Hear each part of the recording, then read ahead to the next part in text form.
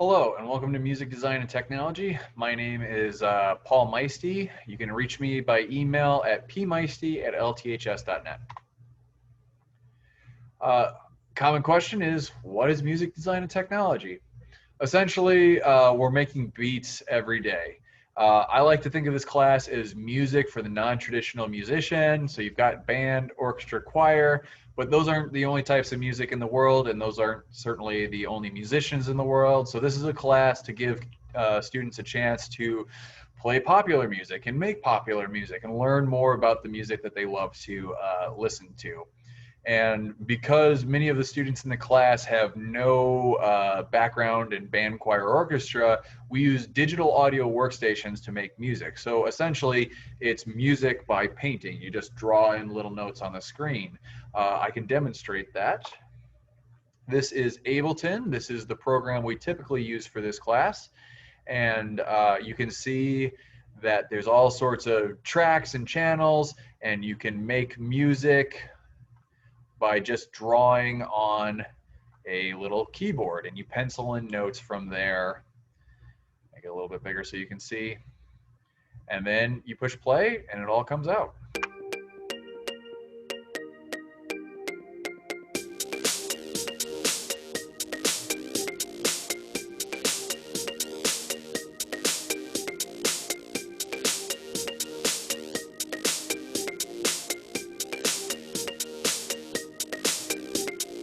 You guys get the idea, I'm sure. Get back to my slideshow. So as you just saw, we typically use Ableton, which is the industry standard for electronic music. If you're recording like guitars and stuff, you might be using other programs. But if you're making a lot of popular music where you're not using real instruments, Ableton is definitely one of the best in the biz. During remote learning, we're actually using BandLab though, which is a free web-based DAW, and everything is available there. There's just a lot less sound options, and some of the advanced options for mixing and mastering are a little bit limited. What this semester will include, all the same stuff it normally does. The very first thing is an introduction to electronic music and writing music. So the students have already written a couple projects where they've recreated songs, whether it's popular music that's available on the radio or just something that I gave them to recreate. They're getting used to the program during this first unit. And then they're going to learn a little bit about the structure of music, like verse, chorus, during that unit as well. And then shortly after that, we get into musical genre. So we start talking about hip hop and trap music. We'll be looking at electronic dance music, pop music in general. And then lastly, unit 3 is on sampling and engineering. So adding pre-recorded chunks from other songs, mixing it in, or learning how to record and mix it in, as well as the finer points of mixing and mastering.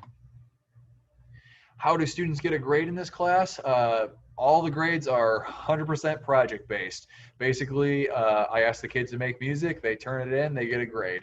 There's going to be about 9 projects in total. We've already done, I think, 3 of them.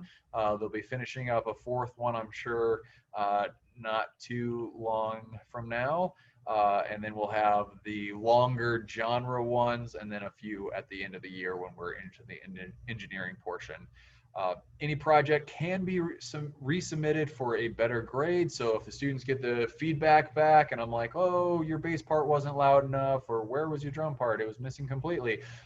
They can take that feedback, make their project better, resubmit it, and get a full grade. They don't have to email me or anything like that.